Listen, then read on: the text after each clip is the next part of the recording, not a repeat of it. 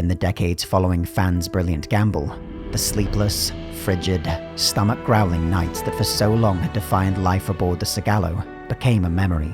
The genetically engineered pines that had saved the colony were joined by other newly modified species that slowly began to sprout all around the aging ship. Stemming out from Fan and Banza's now much larger laboratory in the woods, the surrounding countryside was transformed. Where once the Colonial Assembly had been driven solely on what it needed to survive, they now were faced with a new set of problems: how to manage and administer the ever-increasing needs of a flourishing interstellar colony.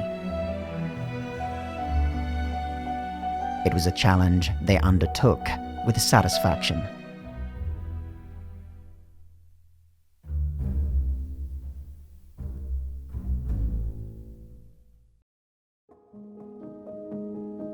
Of the many weekly tasks that burdened the Assembly was the need to sift through countless design permits, land sale authorizations, as well as illegal construction complaints.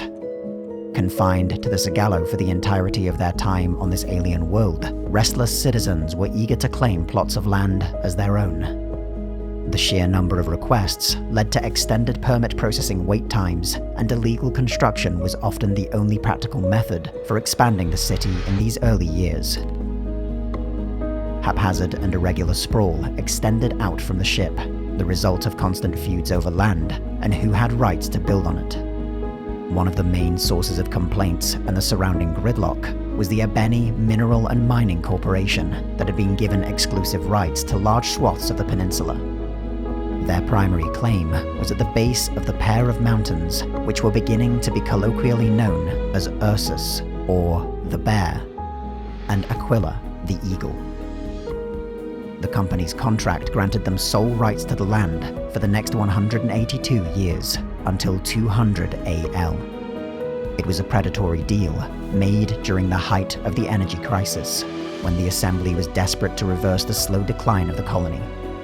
Albeni Mineral and Mining had promised to create a tried and trusted fertilizer from phosphate deposits below the mountains, allowing them to grow crops in the alien soil and save the Sigalo. It was a plan that ultimately failed, and now locked the civil government out of a huge swath of land in the center of their planned city. It was leverage that the mining company was thrilled to have.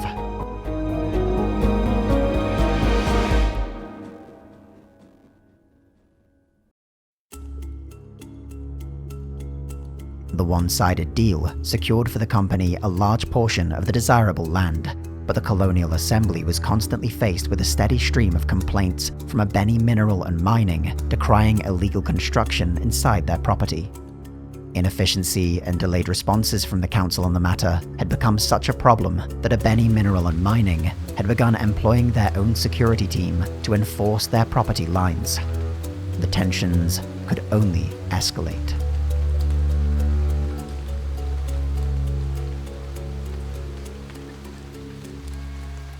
Land disputes turned to altercations, which turned to the colony's very first murders.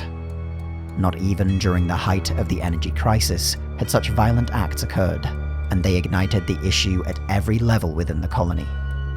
With the prospect of some kind of civil war or corporate-backed coup, the council faced more pressure than ever to adapt to the changing times. This made the Albeni Corporation's new proposal especially enticing, this time offering their private security force as a city service, enforcing not just land disputes, but any laws city-wide in exchange for permanent and expanded land ownership on the peninsula. The council was again reticent, but for all its faults, the company had become the most well-organized institution in the colony.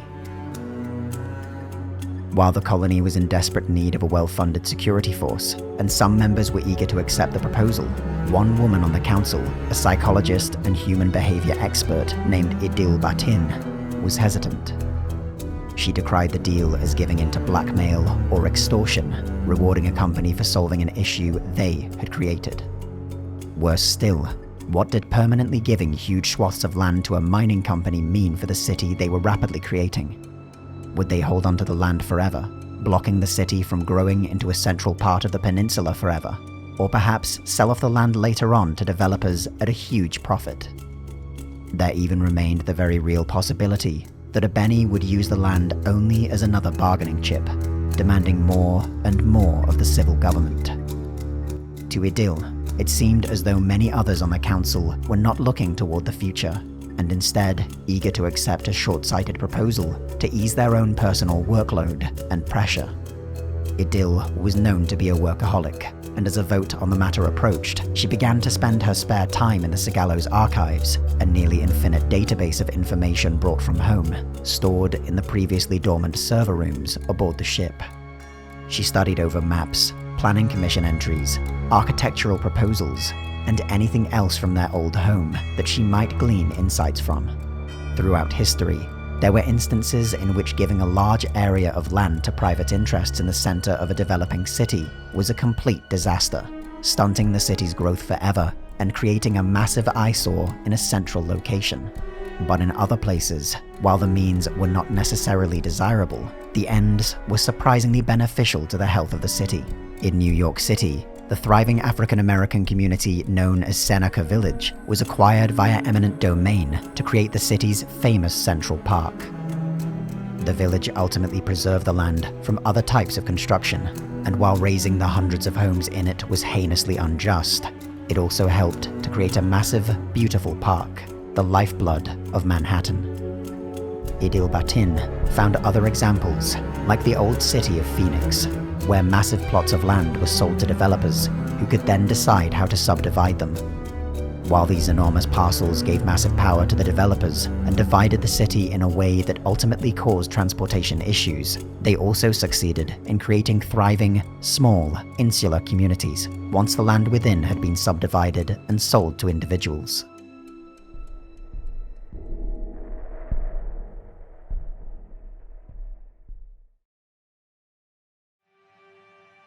Yet, it was the asteroid mining colonies in the Kuiper Belt that seemed most applicable. Companies, many of which were nearly identical to Albeni, had moved into the belt, creating tens of thousands of semi-permanent outposts scattered across countless asteroids. As the mining dried up, the companies made one final move to cash in on their settlements, renovating them into small, self-sustaining communities. As these communities began to establish regular and rapid transport between one another, they flourished, ultimately becoming a hub in the solar system, known to many as the Silicon Valley of the stars. From this, Idil took inspiration. Perhaps a compromise could be made. The colony did desperately need a well-funded and staffed security force. Perhaps the company could be enticed into a different type of deal. In exchange for a police force accountable to the civic government alone, the council would provide the company with a few additional plots of land on the peninsula, with the explicit purpose of furthering the development of the city. The developers would be given 10 years to build this pocket of shops and apartments, giving them time to first use the site for mining or other purposes. Then, after the decade had expired, these developments would be transformed to create small insular communities, housing a certain number of residents and businesses. To avoid a transit disaster like Phoenix, these pockets, once developed, would be required to connect to the rest of Sigallo via 3 out of 4 possible modes of transit: rail, air hangar, and pedestrian pathways.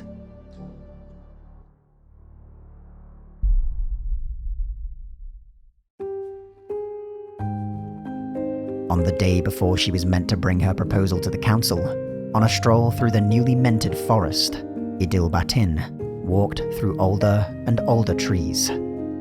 She ventured deeper and deeper into the woods, and memories from her first courses at university as a young woman came back to her.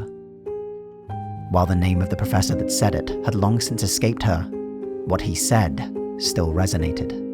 A connection to nature always had a positive effect on the psyche of a person. Now, after so many years huddled in fear aboard the ship on an alien, lifeless world, she could feel herself rediscovering the feeling of happiness as she strolled through this virgin forest.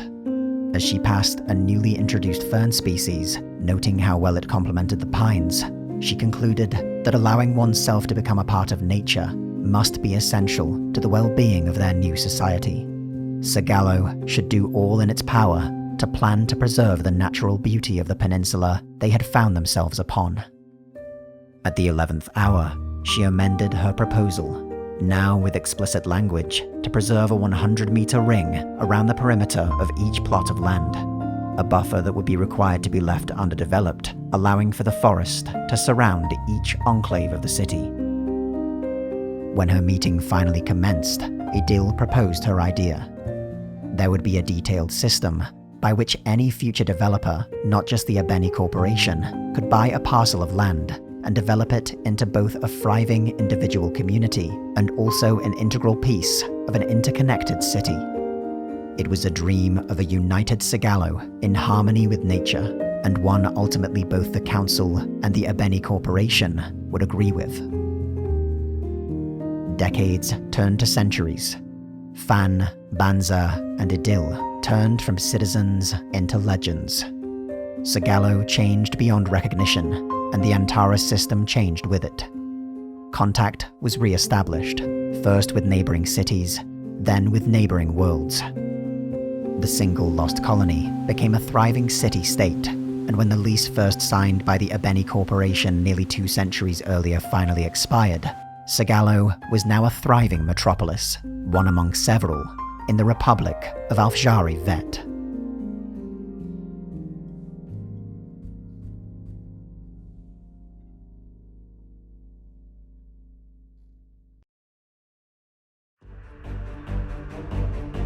The mining equipment, which for so long had been a stain on the skyline of Sigalo, was removed. But the empty plot of land, right in the middle of the developing metropolis, remained. Detailed proposals on what to do with this land would occupy city officials for years, ranging from an industrial megastructure to mile-high skyscrapers. But the guiding wisdom of Idil Batin had not been forgotten. Progress at the expense of nature was no progress at all. But just as judges scoured through the thousands of proposals, something extraordinary happened. On a station far beyond their world, representatives from Sigalo, Alfjari Vet, and every other city and nation of the star system came together to unite their scattered people. The Antares Confederacy was declared, and a new nation was founded. Even more extraordinary for the people of Sigalo was the selection of their small city as the capital of this new nation, in large part due to the massive underdeveloped plot of land in the center of the peninsula that could now be used for federal capital buildings. Overnight, their quaint city began to change. The Idil Reserve was officially opened for construction. Embassies and federal offices popped up as thousands of new officials from all around the star system moved to Sigalo. Construction equipment moved into the land once controlled by the Albeni Corporation, and over the next 6 years, the Senate, Parliament, intelligence agencies, Treasury, upper and lower courts, and countless other governmental buildings were erected on the land at the base of the Bear and the Eagle. But in each instance came a consideration and appreciation for the land upon which they built, and above all, a connection with nature, just as Idil Batin had wished. Today, this complex sits at the heart of Sigalo and the center of the Antares Confederacy. Senators, members of parliament, officials and citizens from all across the star system, and many more beyond, gather here to discuss the most pressing issues of their time. There are fierce debates, passionate calls for action, and at times, peaceful strolls to admire the complex whenever rigid schedules allow. But no matter what the issue, or how momentous its ramifications, all are held surrounded by the natural beauty of Sigalo within the Idil Reserve.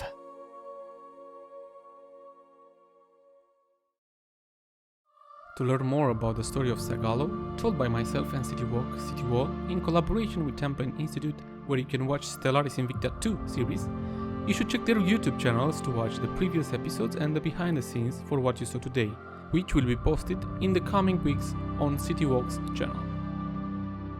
For special perks like special live streams, voting power and more, you can support us by joining our Patreon accounts. And also you can be one of the first 10 people getting a deed for a piece of land in Skylines Invicta by joining the $50 tier on my Patreon account. Thanks for watching and hope to see you back for more stories and builds.